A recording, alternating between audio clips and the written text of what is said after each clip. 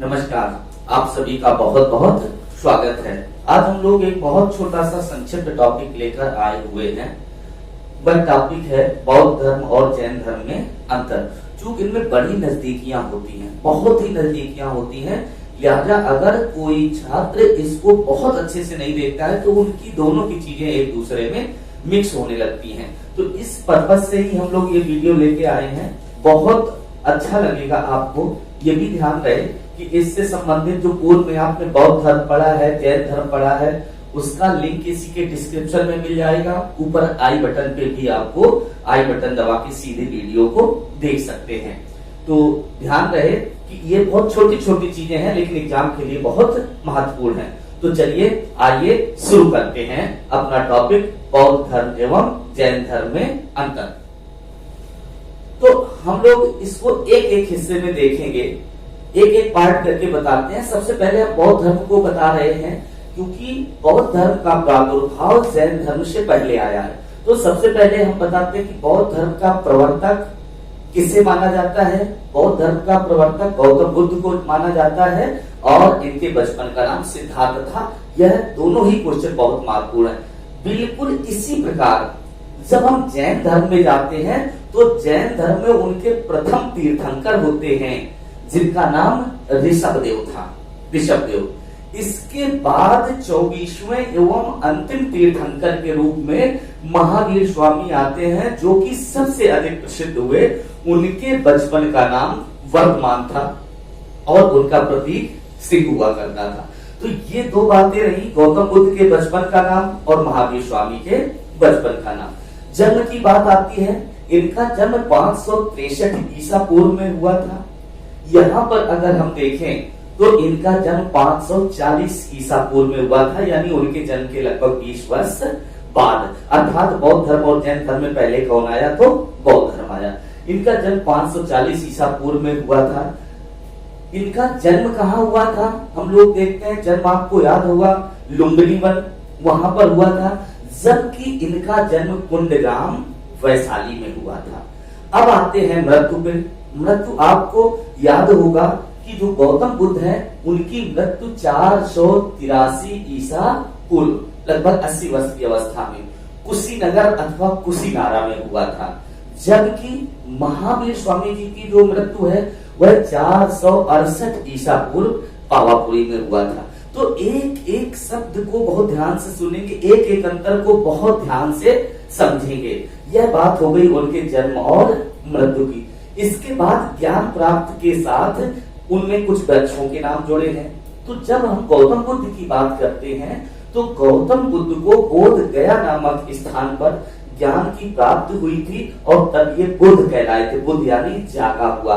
और वह वृक्ष था पीपल का वृक्ष। और जिस नदी के तट पर इनको ज्ञान की प्राप्ति हुई है वह निरंजना नदी थी, जिसे फल्गु नाम से भी जाना जाता था। और वह तिथि थी वैशाख पूर्णिमा। तो ये 4 अलग अलग प्रश्न इससे संबंधित आए कि जन्म, इसके बाद ज्ञान प्राप्त किस वृक्ष के नीचे हुआ, कौन सी नदी थी और कौन सी तिथि थी। अब यहाँ पर आते हैं कि महावीर स्वामी को ज्ञान कहाँ पर प्राप्त हुआ था? तो जाम्बिक के समीप एक ऋजुपालिका नदी थी। उस ऋजुपालिका नदी के तट पर साल के वृक्ष के नीचे इन्हें ज्ञान की प्राप्ति हुई थी। तो उधर पीपल का वृक्ष, इधर साल का वृक्ष, इधर निरंजना नदी तो इधर ऋजुपालिका नदी। तो दोनों में भी समानता है। कुछ और भी यहाँ पर समानताएं हैं। इनके अगर हम बचपन के नाम की बात करें तो इनके बचपन का नाम सिद्धार्थ था, जबकि महावीर स्वामी के पिता का नाम सिद्धार्थ था। तो हम लोगों ने देखा मार्ग की बात करते हैं। जो बौद्ध धर्म है वह मध्यम मार्ग में विश्वास रखता है, जबकि जैन धर्म कठोर तप में विश्वास करता है। जैन धर्म कठोर तप में विश्वास करता है। यह दोनों में एक बड़ा अंतर है। इसके बाद आप जाइए कि दोनों ही महापुरुषों ने अपने उपदेश एक ही भाषा में दिए। वह भाषा थी पाली, जिससे आम लोगों की बोलचाल की भाषा कहा जाता है।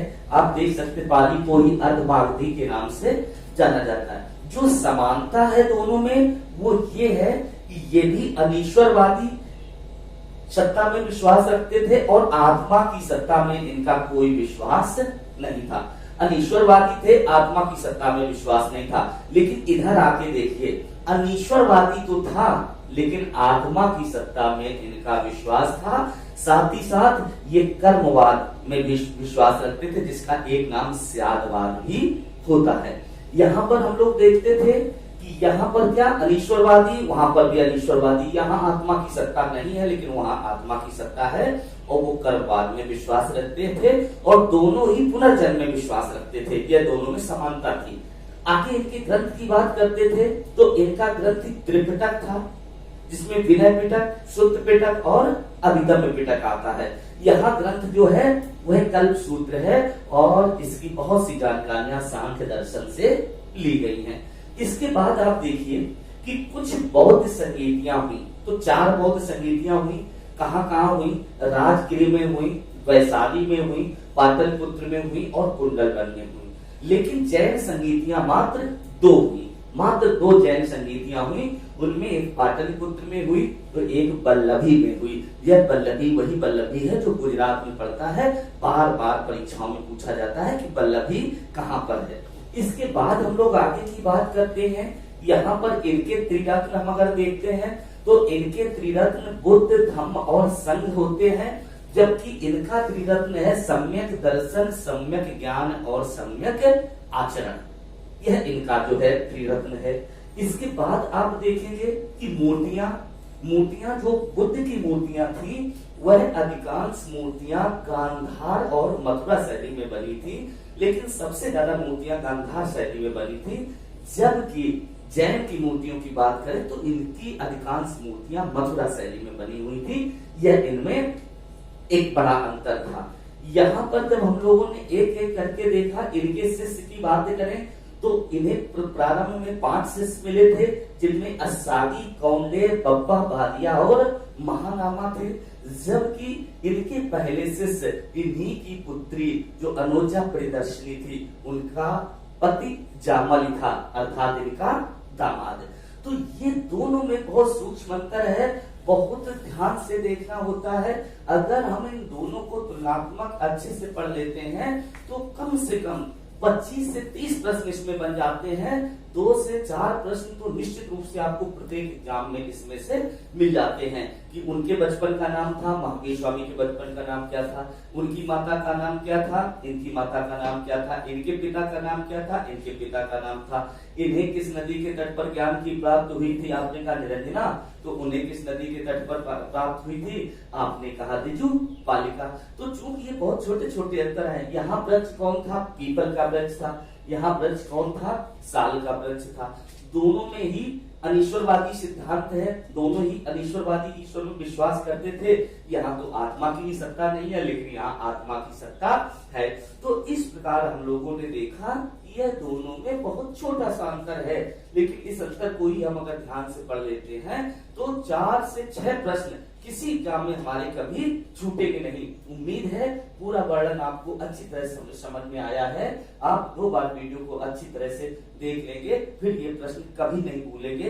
वीडियो आपको पसंद आया होगा, आप लाइक करिए, सब्सक्राइब करिए और शेयर भी करिए ताकि अधिक से अधिक लोगों को इसका लाभ मिल सके। बहुत बहुत